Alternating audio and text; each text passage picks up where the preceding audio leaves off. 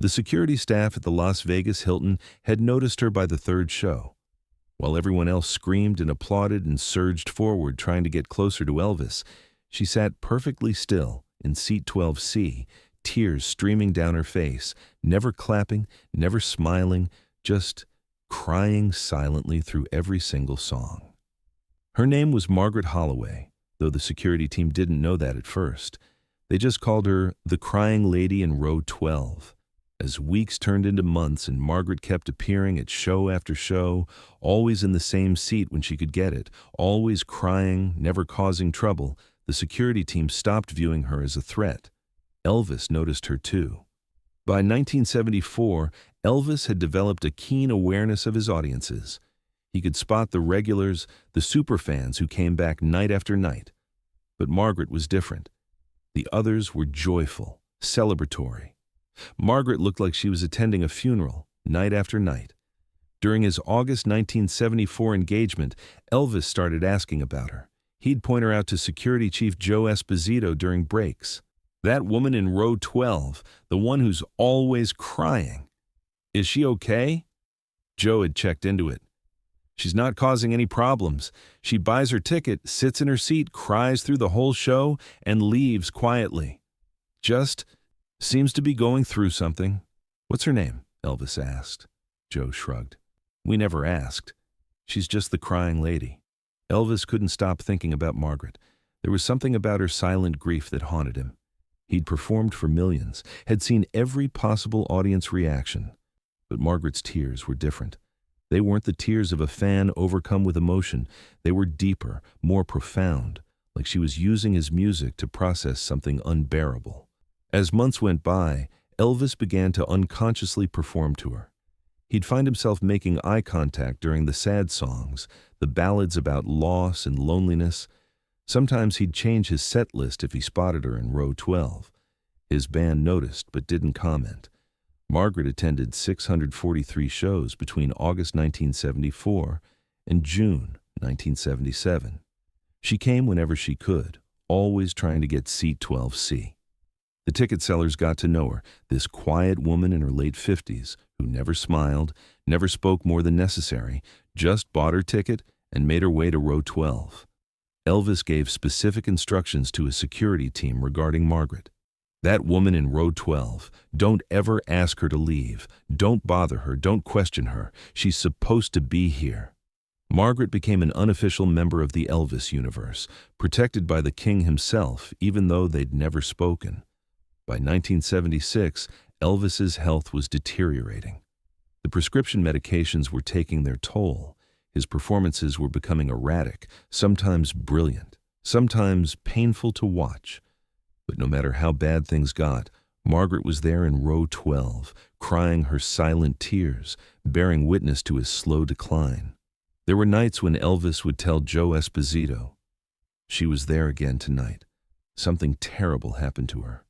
Music is the only thing helping her survive it." Elvis started having dreams about Margaret, strange dreams where she was trying to tell him something, but no sound would come out. He'd wake up feeling like he was failing her somehow, like there was something he was supposed to understand but couldn't quite grasp. In early 1977, Elvis's decline accelerated. He was gaining weight, struggling with basic movements, forgetting lyrics. There were shows where he could barely make it through the set, but Margaret was always there. And on the worst nights, Elvis would look at her and draw strength from her presence. If she could show up night after night to face whatever demon she was fighting, then he could make it through one more show. Elvis's last Vegas engagement began in December 1976 and ran through early June 1977. By this point, everyone knew he was in serious trouble. The pills, the weight, the health issues were spiraling out of control. But Elvis kept performing, kept dragging himself onto that stage night after night. And Margaret kept coming to row 12. On June 25, 1977, Elvis performed what would be his final show at the Las Vegas Hilton. He didn't know it was his final show, but something felt different that night. Margaret was in seat 12C. Elvis spotted her during the opening number and felt something shift. He couldn't do this anymore. He couldn't keep performing for this woman without understanding why she needed his music so desperately. Halfway through the show, Elvis did something he'd never done before. He walked to the edge of the stage, looked directly at Margaret, and spoke to her in front of thousands of people. "Ma'am, I don't know your name, but I've seen you at almost every show for the past 3 years, and I need to understand. Why are you here? What are these songs giving you?" The audience went silent. Everyone turned to look at Margaret. Elvis continued, his voice gentle. "I'm not trying to embarrass you. I just need to know. Are my songs helping you? Because if they are, I need to know how. I need to understand what I'm doing right when so much else in my life is going wrong." For a long moment, Margaret didn't move. Then, slowly, she stood up. Her voice was quiet, but in the silence of that massive showroom, everyone could hear her. "My son," she said, the words barely more than a whisper. "My son loved your music more than anything in the world. He was 19 years old, and he was killed in Vietnam in 1971. His name was David Holloway, and the last thing he did before he deployed was come to one of your shows. He sat in seat 12C, right where I'm sitting now. And when he was over there, scared and alone, he told me in his letters that he'd close his eyes and remember your music. He said it helped him remember what he was fighting for, what home felt like." Margaret paused, wiping tears from her face. The entire audience was crying now, thousands of people united in their grief for a young soldier they'd never met. "When David died, I thought I'd die too. I wanted to die. But then I remembered that show, the last happy night we had together before he left. And I came back here, sat in his seat and listened to your music. And for those 2 hours, I could feel him next to me again. I could feel like he was still alive, still young, still happy. So I kept coming back. Show after show, sitting in his seat, feeling close to him again. Your music is the only thing that lets me be with my son." Elvis stood at the edge of the stage, tears streaming down his face, unable to speak. The audience was sobbing openly. Even the hardened band members had stopped pretending to be professional, wiping their eyes and struggling to hold their instruments steady. Finally, Elvis found his voice, barely more than a whisper that somehow carried through the silent showroom. What was his favorite song? "Are You Lonesome Tonight?" Margaret said through her tears. He used to sing it to his girlfriend before he deployed. He said it reminded him that even when they were apart, love could survive the distance. Elvis nodded slowly, understanding the weight of what she was telling him. Then he walked back to center stage, sat down at the piano, and began playing "Are You Lonesome Tonight?" But this wasn't the playful version he usually performed. This was raw, stripped down, every word weighted with the knowledge of David Holloway's story. Elvis sang it directly to Margaret, and through her, to her dead son, to all the soldiers who died too young, to everyone in that audience who was using his music to cope with unbearable loss. When he finished, the showroom was silent except for the sound of thousands of people crying. Elvis stood up from the piano, walked to the edge of the stage, and extended his hand to Margaret. Security helped her climb onto the stage. Elvis hugged her for a long time while the audience watched and wept. "Thank you," Elvis whispered in her ear. "Thank you for trusting me with your grief. Thank you for letting my music be part of how you remember him. And thank you for coming back, night after night, even when it hurt. You taught me something about what music can do, about what it's really for." Margaret pulled back and looked at Elvis's face, really looked at him for the first time in 3 years. She saw the pain there, the exhaustion, the slow process of dying that everyone else could see but nobody wanted to acknowledge. "You're hurting too," she said quietly. "I can see it, and I'm sorry. I'm sorry I couldn't do for you what you've done for me." "You did," Elvis said. "You reminded me why I do this. You gave me a reason to keep showing up even when everything hurt. You and David, you saved me more times than you'll ever know." Elvis performed 3 more songs that night, but the show had fundamentally changed. It wasn't entertainment anymore. It was a memorial service, a group therapy session, a collective processing of grief. When it ended, nobody screamed or rushed the stage. They just stood up slowly and filed out quietly, like leaving a church. Margaret stayed on stage with Elvis until the showroom was almost empty. They talked for nearly an hour, Elvis learning about David, Margaret learning about Elvis's own struggles with loss and pain and the weight of being someone that millions of people needed him to be. They exchanged phone numbers. Elvis promised to call when he got back to Memphis. He never made that call. Less than 2 months later, on August 16, 1977, Elvis Presley was found dead in his bathroom at Graceland. He was 42 years old. When Margaret heard the news, she drove to Las Vegas and sat in seat 12C at the empty Las Vegas Hilton showroom. Security, remembering Elvis's instructions, let her in. She sat there for hours in the empty room, crying for Elvis like she'd cried for David, understanding that she'd lost both of them now, that the music that had been keeping her son alive in her heart had died with the man who created it. But then something happened.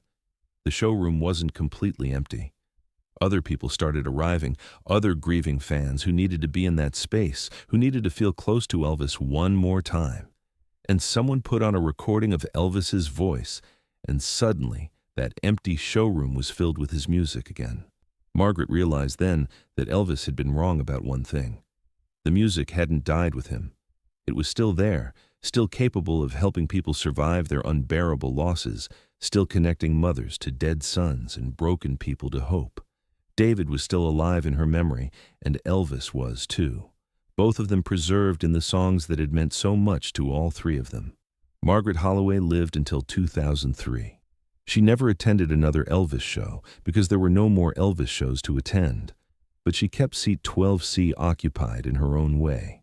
She started a foundation in David's name that provided concert tickets to Gold Star families, military families who'd lost loved ones in service. The foundation's mission was simple: help grieving families find moments of joy and connection through music, the same way Elvis's music had helped Margaret survive the loss of her son. The story of Margaret and seat 12C became one of the most beloved tales in Elvis lore. It exemplified everything that made Elvis more than just an entertainer. He'd noticed.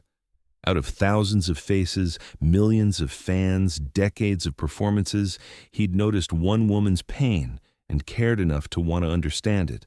And in understanding it, he'd given both of them something precious, the knowledge that their suffering wasn't invisible, that it mattered, that it connected them to each other and to everyone else who'd ever used music to survive the unsurvivable. Today there's a small plaque on seat 12C at what's now called the Westgate Las Vegas Resort. It reads, "In memory of David Holloway and all who find healing in music." Elvis fans who know the story make pilgrimages to sit in that seat, to cry their own tears, to remember their own losses, to feel connected to the long line of broken hearts that have found temporary solace in Elvis's voice. The woman in row 12 taught Elvis something in his final years that he'd forgotten in all the chaos of fame and pills and Vegas shows. She reminded him that music isn't about entertainment or commerce or maintaining a career. It's about giving people a way to survive their grief, a space to feel their pain safely, a connection to something larger than their individual suffering. Margaret sat in seat 12C for 643 shows, crying for her dead son. And Elvis sang for her every single time, even before he knew why, because he understood on some level that this was what his gift was really for. The last show, that moment when Elvis stopped performing and asked Margaret why she was there, that moment when she told him about David, that moment when Elvis sat at the piano and sang, "Are You Lonesome?" Tonight, directly to a grieving mother and her ghost son, that was Elvis at his best. Not the hip-swiveling rebel or the Vegas showman or the movie star, but the empath, the healer, the broken person who understood other broken people and knew how to help them carry their pain. Elvis died 2 months after that final show, but in those last weeks he told several people about Margaret and David Holloway. He said meeting Margaret, finally understanding her story, had given him peace. It had reminded him that his life had mattered, that his music had done real good in the world, that even in his decline and failure, he'd given something valuable to people who needed it. Margaret Holloway sat in seat 12C for 643 shows, crying for her son. Elvis Presley performed 643 shows, singing for a grieving mother he didn't understand but instinctively protected. And on the final show, they both got what they needed. Margaret got to tell David's story to make sure her son was remembered by someone who mattered, and Elvis got to understand that his music had saved someone's life, that it had served a purpose bigger than fame or money or ego. The woman in row 12 was there for every show she could attend because Elvis's music kept her son alive in her memory. And Elvis kept showing up, kept performing even when he was dying, because somewhere in his soul he understood that people like Margaret needed him too. They saved each other, the grieving mother and the dying king, both of them using music to survive what should have been unsurvivable. Both of them proving that sometimes the most important thing we can do for each other is simply show up night after night and bear witness to each other's pain.